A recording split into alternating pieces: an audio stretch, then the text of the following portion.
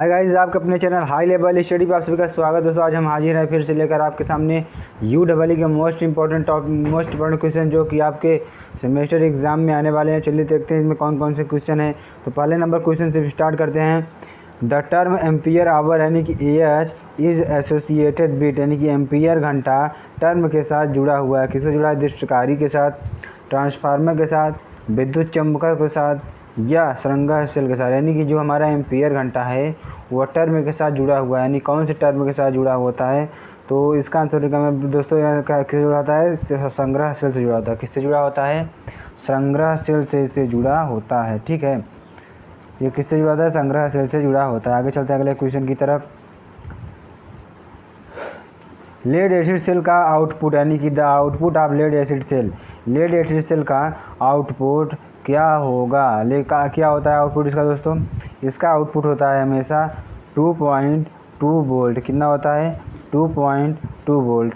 दोस्तों हाँ, अगर आप हमारे चैनल पर नए हों सबसे पहले आप हमारे चैनल को सब्सक्राइब कर दें, साथ ही साथ बेल आइकन को भी दबा दें ताकि आने वाली वीडियो के संबंध नोटिफिकेशन आपकी स्क्रीन पर सबसे पहले आए। और शेयर भी करते चलिए वीडियो को दोस्तों। और चलते हैं आगे, बढ़ते हैं आगे, देखते हैं।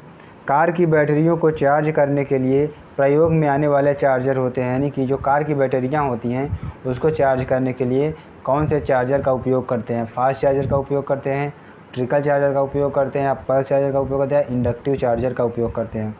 तो जो कार की बैटरियां होती हैं मेरे पास दोस्तों, उसको चार्ज करने के लिए हम कौन सी बैटरी का प्रयोग करते हैं? उसको चार्ज करने के लिए हमेशा हम पल्स चार्जर का उपयोग करते हैं। किसका? पल्स चार्जर का उपयोग करते हैं। आगे चलते हैं। A substance that changes it एम्बी electrical resistance when light falls on it is known as, यानी कि एक पदार्थ जिस पर प्रकाश पड़ने पर इसकी विद्युत प्रतिरोधकता बदल जाती है। यानी फोटोवोल्टाइक पदार्थ या फोटो कंडक्टिव पदार्थ या दोनों, इनमें से कोई नहीं। तो इसका आंसर क्या हो जाएगा मेरे प्यारे दोस्तों? इसका आंसर यानी कि आप जानते होंगे इसका आंसर क्या हो जाएगा?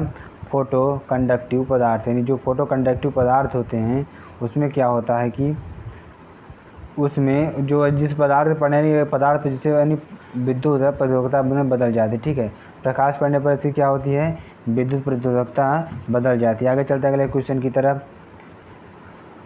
प्रकाश चालकीय सेल के लिए प्रयोग होता है। यानी जो प्रकाश होता है वह चालकीय सेल के लिए प्रयोग होता है। उच्च आवृत्ति अनुप्रयोग के लिए या मध्य आवृत्ति अनुप्रयोग के लिए या निम्न आवृत्ति अनुप्रयोग के लिए। ठीक है, तो इसका आंसर है इनमें से सभी। ठीक है, इसका आंसर हो जाएगा, इसका आंसर दोस्तों हो जाएगा निम्न आवृत्ति अनुप्रयोग के लिए, लो फ्रिक्वेंसी एप्लीकेशन के लिए हम क्या करते हैं? चालकीय सेल का प्रयोग करते हैं। ठीक है,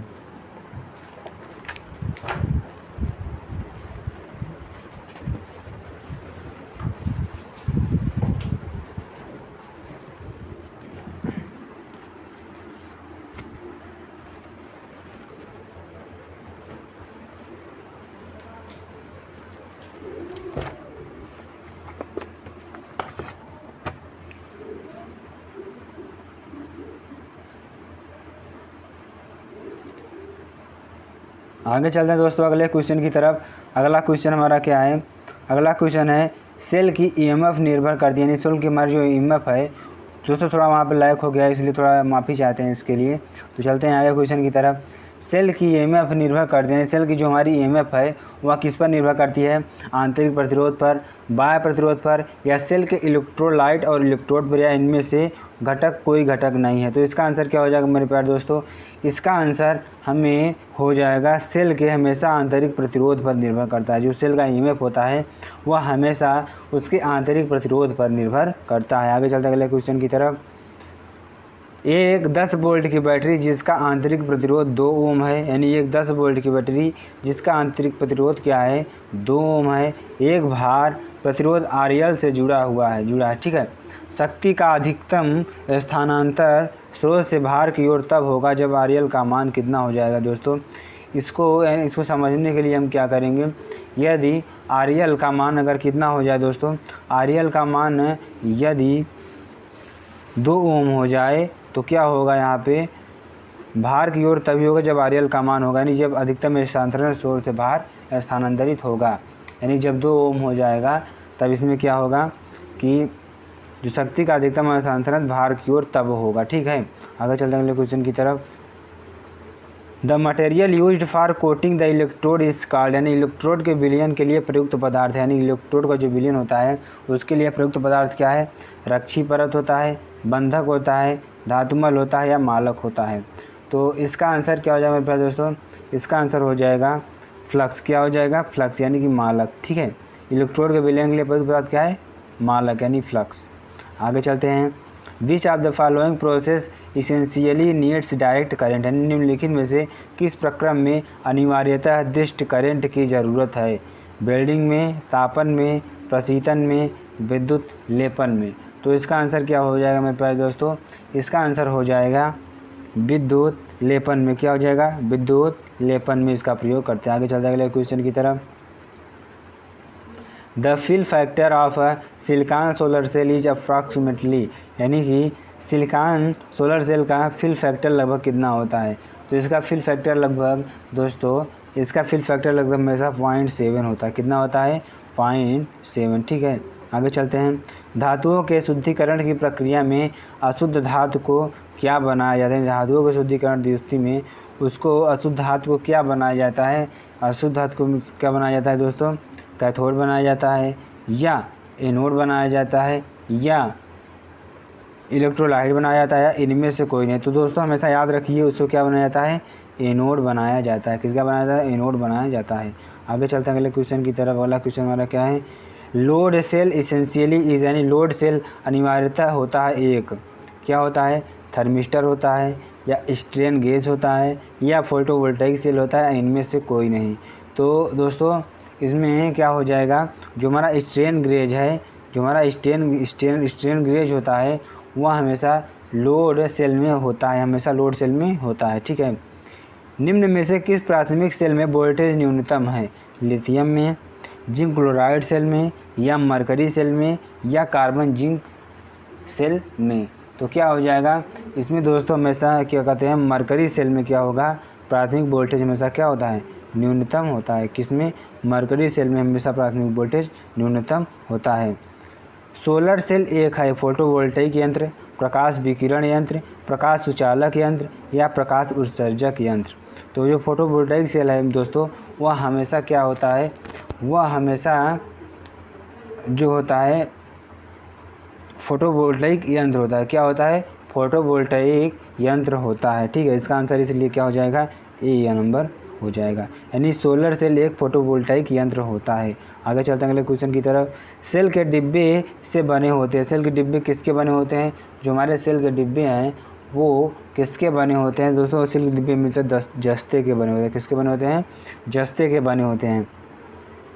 सेलों को श्रेणी में संयोजित करने का उद्देश्य है, यानी कि सेलों को जो श्रेणी में संयोजित करते हैं उसका उद्देश्य हमारा क्या होता है दोस्तों? उसका हमेशा उद्देश्य होता है वोल्टेज रेटिंग को में वृद्धि करना। क्या होता है? वोल्टेज रेटिंग में वृद्धि करना होता है। ठीक है, उस सर्किट एलिमेंट का नाम बताएं, उस सर्किट एलिमेंट का नाम बताएं जो टर्मिनल्स में प्रवाहित होने के बावजूद उन टर्मिनल्स में निर्धारित वोल्टेज को मेंटेन करता है, यानी कि आदर्श धारा स्रोत, इंडिपेंडेंट सोर्स, आदर्श वोल्टेज सोर्स, या डिपेंडेंट सोर्स। ठीक है, तो दोस्तों इसका आंसर क्या हो जाएगा? इसका आंसर हो जाएगा हमारा इसका आंसर क्या हो जाएगा मेरे पास दोस्तों? इसका आंसर हो जाएगा आदर्श वोल्टेज सोर्स। क्या हो जाएगा? आदर्श वोल्टेज सोर्स। ठीक है, आगे चलते हैं। The active materials of nickel iron battery are, nickel लौह बैटरी में सक्रिय पदार्थ क्या होता है? निकिल हाइड्रोक्साइड होता है, या क्यूएच का 21% घोल होता है, या लौह चूर्ण एवं उसके ऑक्साइड होते हैं, या उपरोक्त में सभी होते हैं। तो इसका आंसर क्या हो जाएगा मेरे प्यारे दोस्तों? इसका आंसर हो जाएगा नंबर डी, यानी कि उपरोक्त में सभी, यानी कि निकिल हाइड्रोक्साइड भी होता है, क्यूएच का 21% घोल भी होता है, लौह पूर्ण एवं उसके ऑक्साइड भी होते हैं। ठीक है, आगे चलते हैं अगले क्वेश्चन की तरफ। लेड एसिड सेल के विसर्जन के समय, यानी लेड एसिड सेल के विसर्जन के समय निम्न के घटने के साथ विभव घटता है, यानी तापमान घटने पर विभव घटता है, या विसर्जन दर घटने पर विभव घटता है, या आवेश की अवस्था पर विभव घटता है, या इनमें से कोई नहीं। तो इसमें क्या हो जाएगा आंसर दोस्तों? विसर्जन दर पर क्या होगा? हमारा विभव घटेगा। ठीक है, विसर्जन दर डिस्चार्ज रेट होने पर इससे हमारा घटता है। ठीक है, लेड एसिड में विसर्जन समय निम्न घटने के साथ घटता है। विभव घटने के साथ विसर्जन दर उसकी घटती है। आगे चलते हैं। सौर सेलों का विनिर्माण करने के लिए निम्न में से कौन सी अर्धचालक सामग्रियों का प्रयोग किया जाता है? Gallium arsenide, indium arsenide, cadmium sulphide या ये सभी? तो इसमें आंसर क्या हो जाएगा? तो ये सभी होती हैं। क्या होती हैं? ये सभी होती हैं। गैलियम आर्सेनाइड भी होती है, इंडियम आर्सेनाइड भी होती है, कैडमियम सल्फाइड भी होती है। आगे चलते हैं अगले क्वेश्चन की तरफ। तांबे के आवरण के लिए किसका उपयोग किया जाता है? जो तांबे का आवरण होता है उसके लिए किसका उपयोग किया जाता है? कॉपर नाइट्राइड और नाइट्रिक एसिड का, कॉपर सल्फेट और सल्फ्यूरिक एसिड का, या कॉपर सल्फेट और नाइट्रिक एसिड दोनों का, या कॉपर कार्बोनेट और हाइड्रोक्लोरिक एसिड का? तो इसका आंसर क्या हो जाएगा मेरे प्यारे दोस्तों? इसका आंसर हो जाएगा नंबर बी, यानी कि कॉपर सल्फेट और सल्फ्यूरिक एसिड का। ठीक है, आगे चलते हैं अगले क्वेश्चन की तरफ। अगला क्वेश्चन हमारा क्या है? एक धातु की सतह की एक ठोस धातु की विद्युत निक्षेपण द्वारा कोटिंग क्रिया कहलाती है इलेक्ट्रोफेसिंग, विद्युत आयनीकरण, विद्युत धात्वीकरण या इलेक्ट्रोफॉर्मिंग। ठीक है, तो इसका आंसर हो जाएगा मेरे प्यारे दोस्तों, इसका आंसर हो जाएगा होती है जो इलेक्ट्रोफेसिंग होती है। क्या होती है? इलेक्ट्रोफेसिंग होती है। आगे चलते हैं अगले क्वेश्चन की तरफ। एक पीएच मीटर में संदर्भी इलेक्ट्रोड का निम्न में से कौन सा कार्य है? यानी किसका कार्य क्या है? दोस्तों ये यूपी आर्मिनल एई में पूछा गया सवाल है। स्थिर वोल्टा उत्पन्न करने में, तापक्रम की क्षतिपूर्ति करना, या स्थिर धारा प्रदान करना, या औसत पीएच मान नापना। तो इसका क्या हो जाएगा? हमेशा क्या करता है? स्थिर वोल्टेज उत्पन्न करता है। क्या करता है? स्थिर वोल्टेज उत्पन्न करता है। आगे चलते हैं अगले क्वेश्चन की तरफ। लेड एसिड बैटरी को ज़्यादा निर्धारित नहीं किया जा सकता। किससे? यानी कि किस वोल्ट से ज़्यादा निर्धारित नहीं किया जा सकता है। तो जो लेड एसिड सेल है उसका जो वोल्टेज है 1.8 से ज़्यादा नहीं किया जा सकता। इसलिए इसका आंसर क्या हो जाएगा मेरे दोस्तों? इसका आंसर हो जाएगा नंबर डी। ठीक है, 1.8 से ज़्यादा इसको निर्धारित नहीं किया जा सकता। आगे चलते हैं अगले क्वेश्चन की तरफ। लेड एसिड बैटरी के विसर्जन के दौरान टर्मिनल वोल्टेज पाथ ड्रॉप के रूप में होता है। किसके? तापमान के रूप में होता है, इलेक्ट्रोड साइज के रूप में होता है, विद्युत अपघट्ट में होता है, या विसर्जन दर में होता है। तो इसका आंसर क्या हो जाएगा? विसर्जन दर। ठीक है, विसर्जन दर लेड एसिड बैटरी के विसर्जन के दौरान टर्मिनल वोल्टेज पाथ उसके विसर्जन दर के रूप में होता है। ठीक है, आगे चलते हैं अगले क्वेश्चन की तरफ। लेड एसिड बैटरी की एम्पीयर घंटा क्षमता आमतौर पर किसके बीच में होती है? यानी कितने % के बीच होती है? 0 से 20%, या 55 से 60%, या 30 से 65%, या 90 से 95%। तो इसका आंसर क्या हो जाएगा मेरे प्यारे दोस्तों? इसका आंसर हो जाएगा हमेशा जो दक्षता इसकी होती है हमेशा 90 से 95% के बीच होती है। तो इसका आंसर क्या हो जाएगा? 90 to 95%। ठीक है, आगे चलते हैं अगले क्वेश्चन की तरफ। जब दो बैटरी समांतर में जोड़ी गई हैं तो निम्नलिखित में से कौन सा एक सुनिश्चित किया जाना चाहिए? उसका आंतरिक प्रतिरोध समान होना चाहिए, या उनका ईएमएफ एक ही होना चाहिए, या उनकी एम्पीयर घंटा क्षमता समान होनी चाहिए, या उनकी रचना एक जैसी ही होनी चाहिए। तो इसका आंसर क्या हो जाएगा मेरे प्यारे दोस्तों? इसका आंसर हो जाएगा उसकी जो क्षमता है हमेशा उनका ईएमएफ एक ही होना चाहिए। उनका ईएमएफ क्या होना चाहिए? एक ही होना चाहिए। आगे चलते हैं अगले क्वेश्चन की तरफ।